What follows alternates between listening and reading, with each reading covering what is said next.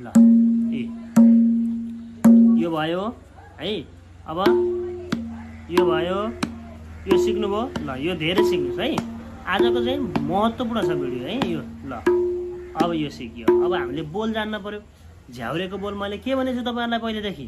के भनेछु भने धिनले त्यहाँ कपमा लेख्नुहोस् है, धिन है, धिन ती ताक धिना मेरो भाषामा है, धिन ती ताक धिना धिन ती। अब यसलाई दुईटा जोड्ने, हेर्नुहोस् है, दुईटा जोड्नुहोस् है।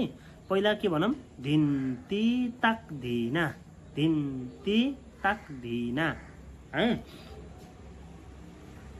धिन ती ताक धिना। अब दुईचोटि भन्ने, यसको पनि लय मिलाउनु पर्छ है, गीत गाए जस्तै गरेर लय मिलाउने है।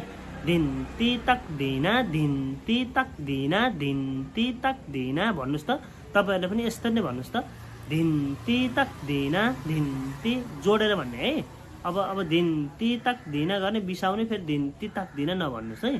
धिन ती ताक धिना, धिन ती ताक धिना। ल दुईटा जोड्नु भयो है।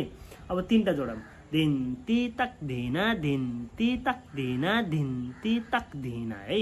अब हेर्नुहोस् है, धिन ती ताक धिना, धिन ती ताक धिना होइन, धिन ती ताक धिना। यो ना र यो ती, ना र ती चाहिँ एउटै तयार भन्छ है, एउटै आउला यसले बजाउनु है त। ल अब हेर्नुहोस् है, अब हामीले अहिले झ्याउरेको बोल है यो, धिन ती ताक धिना, धिन ती ताक धिना, झ्याउरेको बोल है यो। ल हेर्नुहोस् है, अब धिन भनेपछि कहाँ बजाउनु पऱ्यो? यो बेसपट्टि, ठुलोपट्टि। ए किन धिन हो? यसको आवाजै धिन भने जस्तो आउँछ नि त।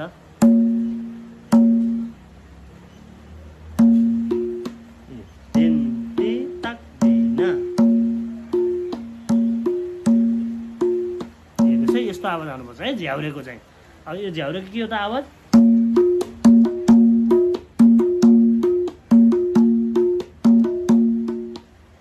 हेर्नुहोस् है, अब झ्याउरेको ताल के हो?